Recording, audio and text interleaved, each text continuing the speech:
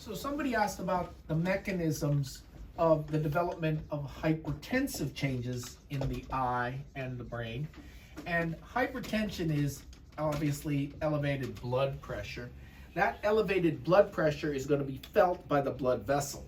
And so under normal conditions, the blood vessel will respond with autoregulation. And you know that we can change the blood flow, whether that's retinal blood flow or cerebral blood flow, and we can maintain that blood flow over a wide range of blood pressures because we have autoregulation. And the basis of that autoregulation is the artery wall has muscularis in it, and that means it can get bigger and smaller. Vasoconstriction or vasodilation to account for the change, the delta, in the blood pressure. If, however, you have sustained elevation of your blood pressure, the wall will have to thicken in order to maintain the wall tension. So under conditions of elevated blood pressure, we get wall thickening. So we're going to get medial hypertrophy, and this process is called arteriosclerosis.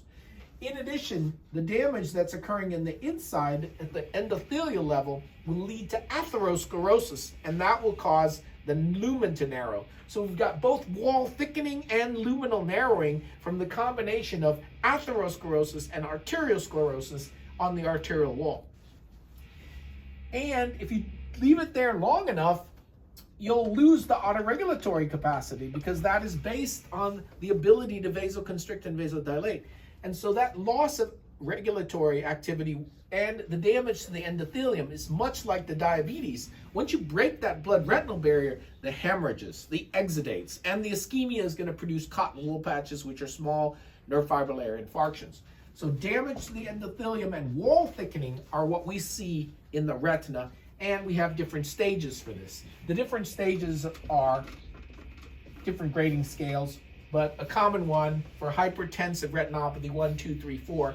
In stage 1, we're going to have arteriolar narrowing, and that arteriolar narrowing is the visible manifestation of the wall thickening. So as the wall thickens, the lumen narrows.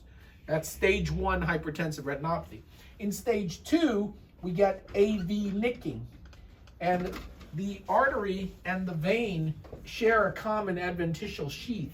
And so as the artery thickens, it'll look to you ophthalmoscopically like the vein is getting nicked because the vein is a collapsible wall. And so the artery thickens, it press right on the vein, and that produces that nicking, AV nicking. That is stage 2 of the hypertensive retinopathy.